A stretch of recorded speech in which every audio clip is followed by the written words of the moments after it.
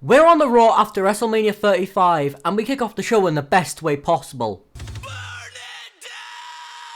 The new Universal Champion Seth Rollins comes out, and with a tear in his eyes, it's looking like it's going to be a heartfelt way to kick off the show until...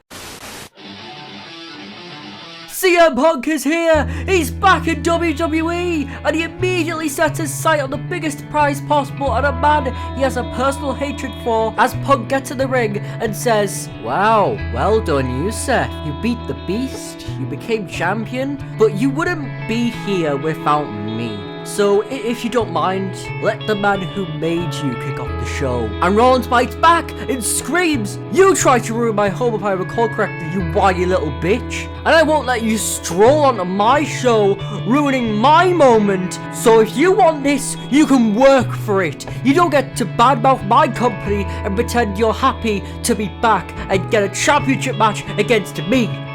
Yeah, you're right, Seth. I'm only back for a few reasons, but one of them is a good paycheck. Probably get what you do in a year just for appearing on this very show. And about working for a title match against you, fine. Next week, I'll come back into the ring, whoop whoever I have to, until I get a shot at that championship. Good. Now piss off and do your "oh, I'm so glad to be back" stick later. This is my moment. And with a smirk on his face, Punk allows Seth to open the show and leaves him to celebrate. But backstage, he's confronted by someone who can challenge his title of being the best in the world. "So you're back in action next week, huh? Well, let's see how rusty you are in the ring." Punk doesn't even say a word, but the match is made official for next week with the winner taking on Seth Rollins for the championship and Money in the Bank. But before that, Punk comes out at the end of the show, stands firmly in the center of the ring, and says, "You know, I was going to do a good long speech saying how much I missed this place, but I didn't. I only missed you. You, and a buttload of money, mind you, are the only reasons I came back to professional wrestling. But don't you worry, I've got some goals I need to check off before I call it quits for good. And up first is whooping Styles next week and taking Rollins' championship away from him at Money in the Bank. Then I'll hold that belt, make it actually important whilst on TV, amazing concept I know, and lastly, main event WrestleMania." Punk has set out his goals, but can he accomplish this first, as the following week he is set to take on AJ Styles? It's a dream match on free television, but as soon as the match begins, it immediately falls apart as both men battle on the outside of the ring. However, they don't realize the referee's count, and before they can even begin wrestling, the referee counts them both out. No one can believe it. But Rollins isn't happy. He storms out and once again screams, "If neither of you can beat the other, I guess I'll just have to whoop both your asses at Money in the Bank. Triple threat style. Good luck, boys." Seth drops a bombshell onto both men, and it's instantly made official for Money in the Bank. And after it's announced, the fight between AJ and Punk continues until Punk stands tall, and he walks up the ramp and stares a hole through Rollins.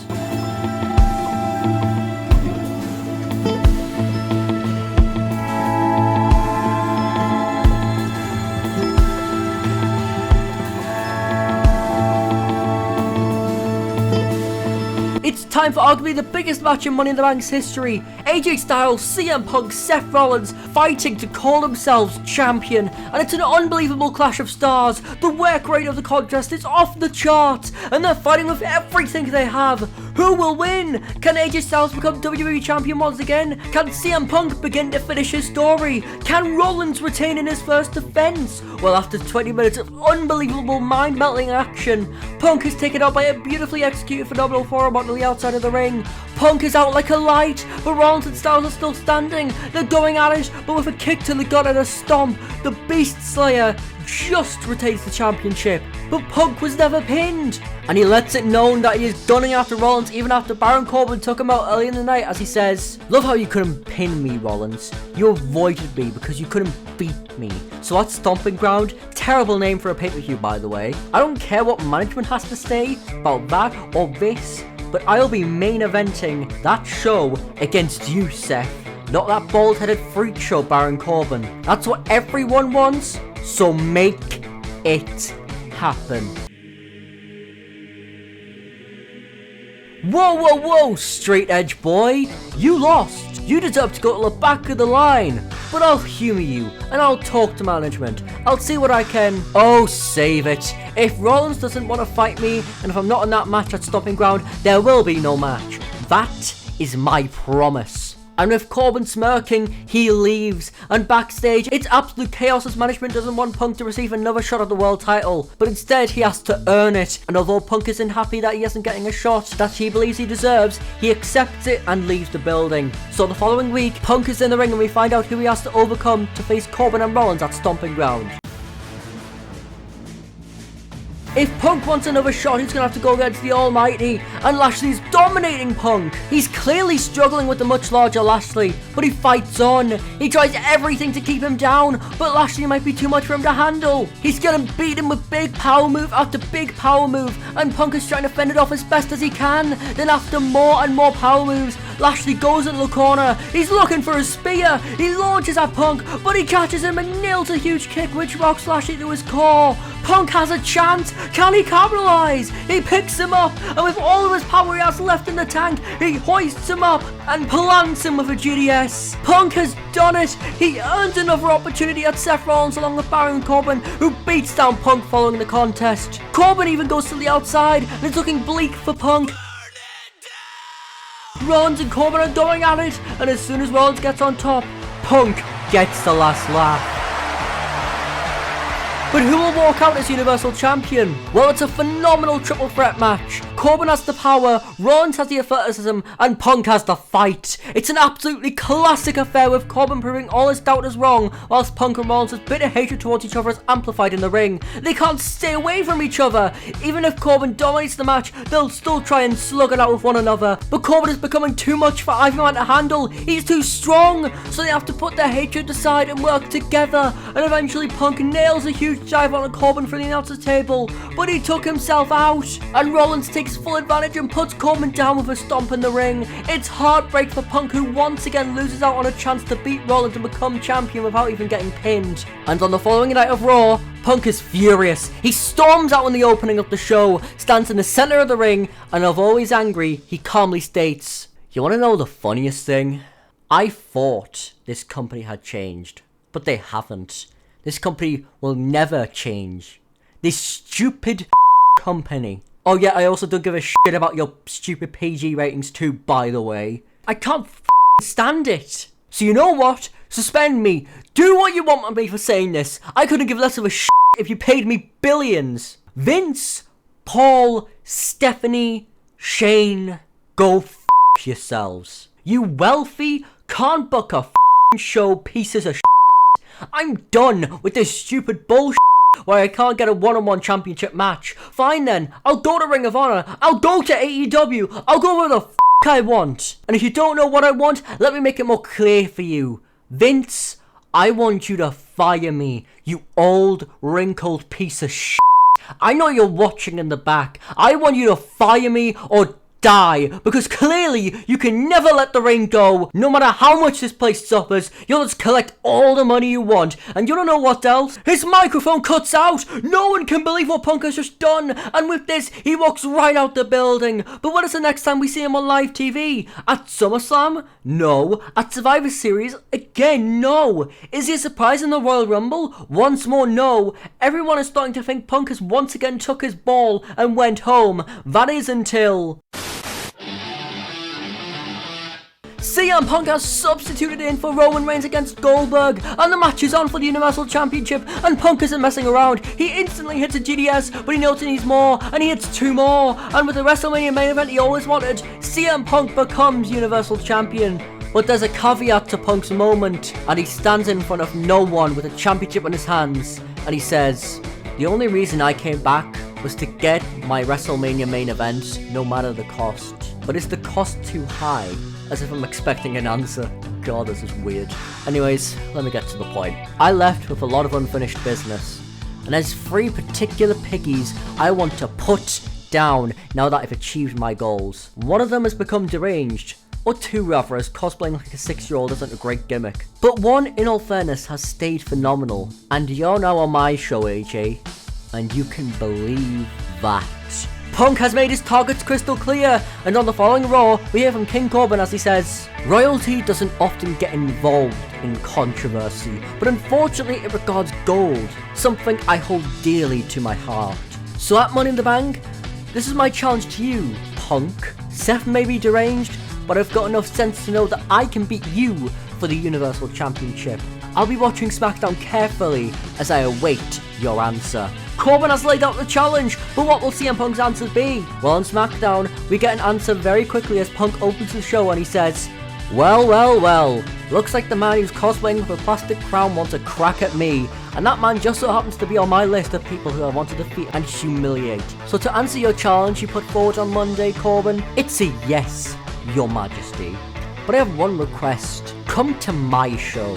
I want to see you in person before I whoop you in this ring. Come here if you have the balls. Punk lays down his law. He accepts the challenge and wants King Corbin at Money in the Bank. And from then on, both men fight whenever they see each other. But that's not all, as AJ Styles makes it clear that once he wins the vacant Intercontinental Championship, that he is gunning for Punk and the Universal Championship. But Punk is so occupied with Corbin that he doesn't even have a chance to respond to Styles. So they go on their own paths, as Styles fights in the finals and wins the Intercontinental Championship. But what about CM Punk? Well, at Money in the Bank, the match is on and it's a brutal affair. Punk's speed and agility is superior than Corbin, but just like most matches Punk has been in since his return, the strength imbalance is beyond noticeable. Corbin is even able to dominate large portions of the match due to his sheer power, but Punk won't give up. He fights and fights no matter how bleak it seems, and eventually his resilience starts to overpower Corbin, and in the end, with a GTS, Punk retains. But straight after the match, the new Intercontinental Champion AJ Styles comes into the ring and blasts him with the belt. Punk has been blindsided.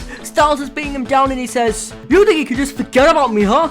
You think you can just breeze past me and focus on a piece of garbage like Corbin? Yeah, let's just say our business is definitely far from finished." Styles leaves Punk in a bloody mess. The message has been sent. And the following week, a banged up Punk is standing in the ring and says, "You really crossed the line at Money in the Bank, didn't you, AJ? Attacking me after my match? For someone who claims to be phenomenal, you sure can't attack me in my face. Did you want my attention so badly just like you craved attention from your dad?"